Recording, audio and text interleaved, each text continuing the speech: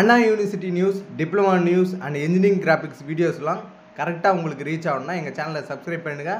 பக்கத்துலேயே bell icon இருக்கும், அதை கிளிக் பண்ணுங்கள். 3 ஆப்ஷன் வரும், அதில் ஆல் என்பதையும் கிளிக் பண்ணுங்கள்.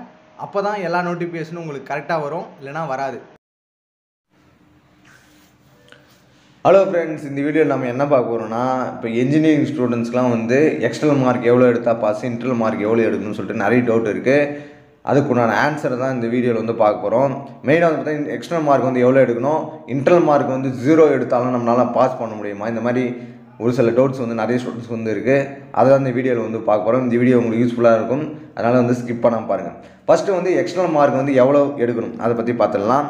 இப்போ இன்டர்னல் மார்க் வந்து நீங்கள் மினிமம் வந்து 14 எடுத்தால் தான் வந்து பாஸ், இன்டர்னல் மார்க் லெவலில், ஓகேங்களா. எக்ஸ்டர்னல் மார்க் வந்து எவ்வளோ எடுக்குன்னு சொல்லிட்டு பார்க்கலாம். இப்போ இன்டர்னல் மார்க் உங்களுக்கு 14 மார்க், மொத்தம் இன்டர்னல் மார்க் வந்து 20 மார்க்ஸு.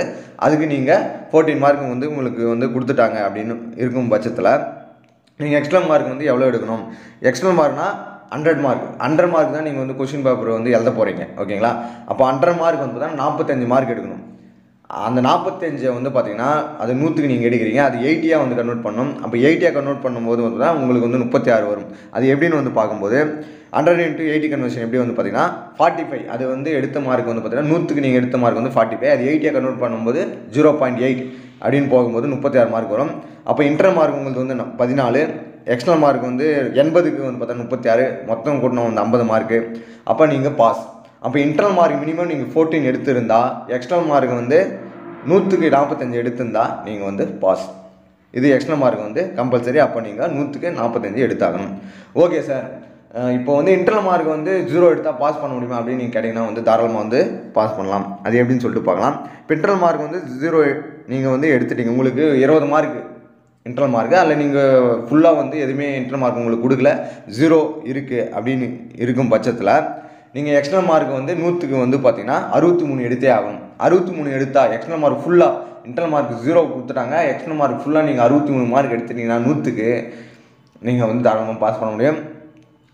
இப்போ வந்து எக்ஸ்டர்னல் வந்து 100க்கு வந்து 63ன்னு பார்க்கும்போது அது 80 கன்வெர்ட் பண்ணும்போது பார்த்தீங்கன்னா 63 × 0.8 50.4, தட் இஸ் நியர் வந்து பார்த்தீங்கன்னா 50ன்னு வந்துடுது. அப்போது 50 மார்க் நீங்கள் பாஸு. இப்போ இன்டர்னல் மார்க் 0, எக்ஸ்டர்னல் மார்க் வந்து 80க்கு கன்வெர்ட் பண்ணும்போது 50ன்னு வருது.